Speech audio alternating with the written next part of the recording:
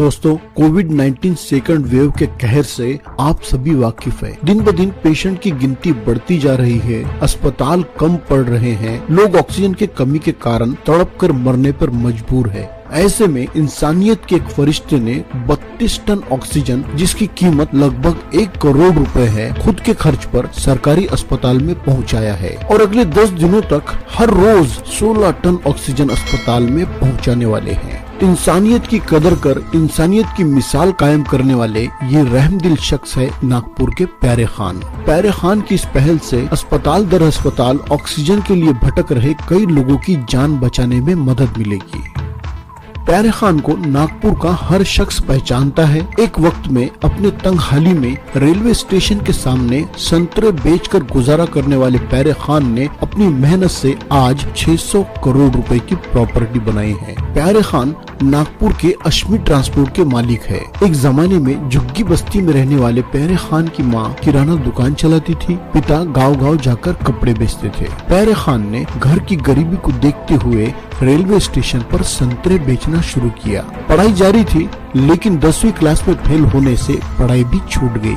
प्यारे खान ने मां के गहने बेचकर 12,000 रुपए डाउन पेमेंट दिया और एक ऑटो खरीदा और ऑटो से संतरे बेचने लगे। ये सिलसिला 2001 तक चला। कुछ बड़ा करने की सोच रखने वाले प्यारे खान को रुपयों की जरूरत पड़ी, लेकिन उन्हें कोई मदद करने वाला नहीं मिला। बैंकों के चक्कर काटे। झुग्गी बस्ती में रहने वाले इस शख्स को कोई भी बैंक लोन देने को तैयार नहीं थी। आखिर 2004 में उन्हें ING वैश्य बैंक से 11 लाख का लोन मिला। 11 लाख के लोन से प्यारे खान ने ट्रक खरीदा और कई दिनों तक ट्रक ड्राइवर का काम किया।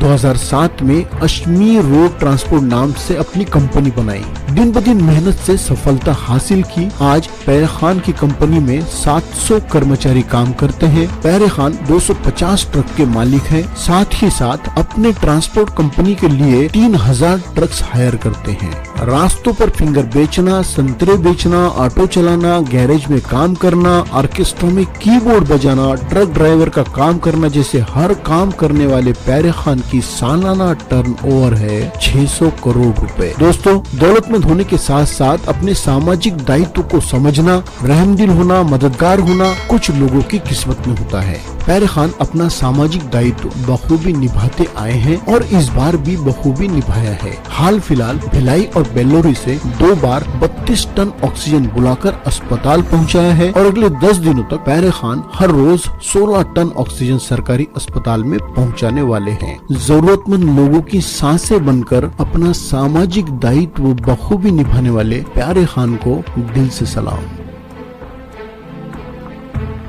दोस्तों, वीडियो पसंद आए तो कमेंट जरूर करें और इस वीडियो को ज्यादा से ज्यादा शेयर करें ताकि समाज के दौलतमंद लोग भी प्यारे खान की तरह मदद के लिए आगे आए।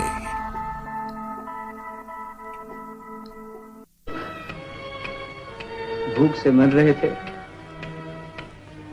तो हम उनके हिस्से का अनाज ऊंचे दामों में बेचकर अपने खजाने भर रहे थे। जब शहर में बीमारी फैली तो हमने दवाइयां छुपा ली और उनके दाम बढ़ा दिए। जब हमें मालूम हुआ कि पुलिस हम पर छापा मारने वाली है तो हमने वही दवाइयां गंदे नालों में फेंकवा दी। मगर आदमी की अमानत को आदमी के काम नहीं आने दिया।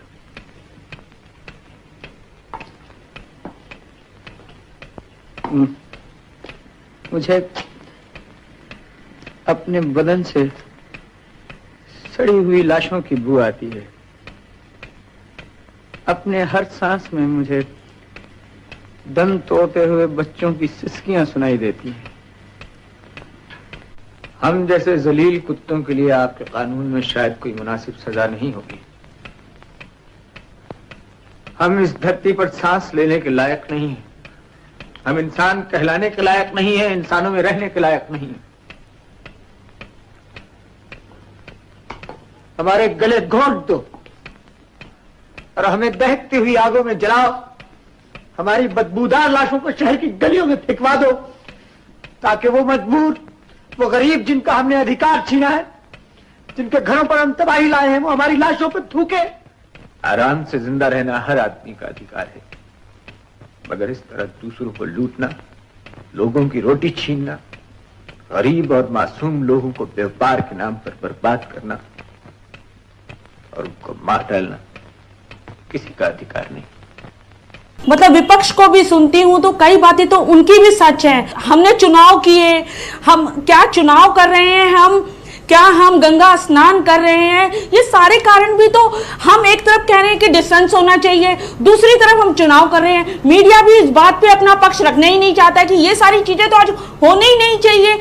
अरे जब देश में हम अच्छे होंगे तो चुनाव भी होंगे, गंगा स्नान भी होंगे। मैं भाजपा की प्रवक्ता हूं, लेकिन मेरे दर्द को आप समझ पाएंगे ये शब्द में जो मैं आपको नमन करता हूं, आपको प्रणाम करता हूं, आपको साधुवाद देता हूं और आपकी बहादुरी की पूरे देश में सराहना करता हूं कि आप पहली नेता हैं जिन्होंने इसको स्वीकारा। पे हम नहीं होंगे, ये शमशान बन जाएगी, तो कौन चुनाव का फायदा लेगा? सरकारें भी बनेगी, चुनाव भी होंगे, लेकिन उसका एक समय तो होना चाहिए ना। हमें बीच में सोच, जब आप कह रहे थे डिस्टेंस करिए, अपने घर में रहिए, तो फिर आपने क्यों नहीं बरता? क्यों चुनाव कराए? क्यों गंगा स्नान कराए? ये तो मैं सरकार से भी इस बात पे, मुझे चाहे कोई भाजपा की प्रवक्ता से निकाल दिया जाए, निकाल दें, लेकिन मैं ये दर्द को महसूस कर रही हूं। मैं अपने लोगों को देख रही हूं कि वो मर रहे हैं। मैं पार्टी की कोई वो नहीं हूं कि मैं भाजपा में हूं तो मैं समाज के लिए, मैं भाजपा में बाद हूं, भाजपा की प्रवक्ता बाद में हूं। मैं समाज की लड़की हूं, समाज की महिला हूं, समाज की नागरिक। बड़े जोर शोर से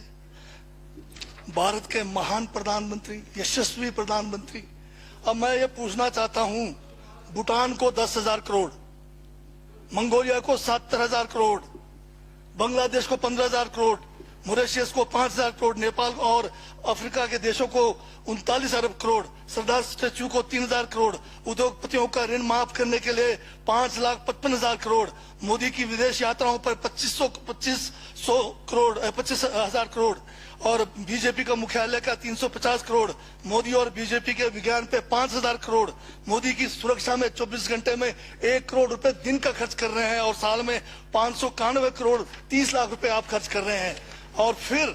और पिछले 5 सालों में कुंभ के मेले में 15,000 करोड़ और यूएसए के प्रेसिडेंट ट्रंप को नमस्ते करने के लिए 100 करोड़। तो ये यशस्वी प्रधानमंत्री है क्या? इस किस्म के प्रधानमंत्री को यशस्वी कहेंगे? आपने जो है भारत को उच्चतम बेरोजगारी के दर पर पहुंचा दिया है। आज विश्व में भारत जो है भूखमरी में बांग्लादेश से भी नीचे है, आज पाकिस्तान से भी नीचे है। जिस देश में 25% जो है रात को भूखा सोए, उस देश का प्रधानमंत्री यशस्वी है क्या? जिसने देश की आर्थिकी को बिल्कुल नीचे कर दिया, छिन भिन कर दिया, जिसने जीडीपी खत्म कर दिया, जिसने नोटबंदी में लोगों को जो है, नोटबंदी के तहत जो है लोगों को मरवा दिया, जिसने नौकरियां खत्म करा दी, जिसने महंगाई चरम पे पहुंचाई, जिसने पेट्रोल 100 रुपए कर दिया, डीजल 100 रुपए कर दिया, क्या वो यशस्वी है? क्या उसको यशस्वी कहेंगे आप? यशस्वी प्रधानमंत्री है आपका, जिसने भारत के सैनिकों को शहीदों की संख्या पिछले 30 सालों में सबसे ज्यादा है। क्या ये यशस्वी प्रधानमंत्री है? जिसने देश के अंदर चीन को घुसा दिया, क्या वो यशस्वी प्रधानमंत्री है? बजट पे बोलिए। माननीय सभापति महोदय, ये बजट में जिक्र हुआ है यशस्वी प्रधानमंत्री का और मुझे उसका जवाब देने का पूरा अधिकार है, जो मुझे कोई छीन नहीं सकता है। ये क्या यशस्वी कहेंगे इसको आप? बहुत यशस्वी है। देश का जो है आज बिल्कुल देश को आर्थिक रूप से कंगाल, राजनीतिक रूप से कश्मीर से कन्याकुमारी जो अखंड भारत है वो खंड होने जा रहा है। हिंदू मुस्लिम कर करके आपने जो है इस देश की जो है ऐसी तैसी फेर रखी है। और अब जब मैं कह रहा हूं तो आपको तकलीफ हो रही है। आप बताइए क्या तकलीफ किस उसमें है?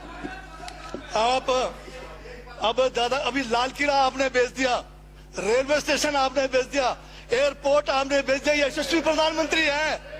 कोयले के खदाने आपने बेच दिया, रेलगाड़ी आपने बेच दिया, बंदरगाह आपने बेच दिया, बेकिस्मती जमीनें आपने बेच दी यशस्वी प्रधानमंत्री जी ने। और कहते हैं कि देश बदल रहा है, देश बिक रहा है। महाराज ये कहिए देश बिक रहा है। LIC तैयार है बेचने के लिए, IDB भी तैयार है, ये जो एयर इंडिया तैयार रखा हुआ है, BSNL बेचने वाले हैं, ONGC बेचने वाले हैं। छोड़ने वाले क्या? आखिर में ये देश को भी बेच के चले जाएंगे। क्या है उनका? एक झोला है, झोला लेके चल पड़ेंगे। ये है आपका यशस्वी प्रधानमंत्री। ये यशस्वी प्रधानमंत्री है। दाढ़ी बढ़ाने से टैगोर नहीं बन जाते। टैगोर के गुण लाने के लिए दोबारा जन्म लेंगे 100 बार, तब भी नहीं आएगा। हाँ, दाढ़ी बदल के और मेकअप करा के 15-15 लाख के उससे कुछ होने वाला नहीं है आपका ना, बिल्कुल। और जो जहर आप लोगों ने जो है इतने सालों में इस देश के अंदर जो है आपने जो इस देश में बीजा है, उससे वो जो है ये बजट पे ही है। Sir speaker sir speaker sir speaker sir यशस्वी प्रधानमंत्री जी का जिक्र बजट में आया है, इसलिए मुझे भी जवाब देना पड़ा है। और मैं यहाँ ये कह के इस बात को समाप्त कर देना चाहता हूँ, बर्बाद गुलिस्तान करने को तो एक उल्लू काफी था, हर शाख पर उल्लू बैठा है, अंजामे गुलिस्तान का क्या होगा।